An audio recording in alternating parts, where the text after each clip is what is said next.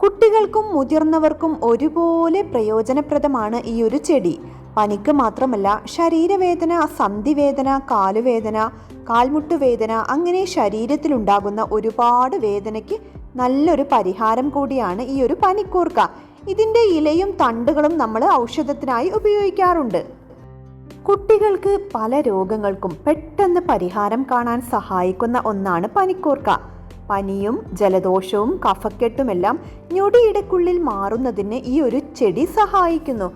കുട്ടികൾക്ക് മാത്രമല്ല, മുതിർന്നവർക്കും ആരോഗ്യത്തിൻ്റെ കാര്യത്തിൽ വളരെയധികം സഹായിക്കുന്ന ഒന്നാണ് ഈ ഒരു ചെടി.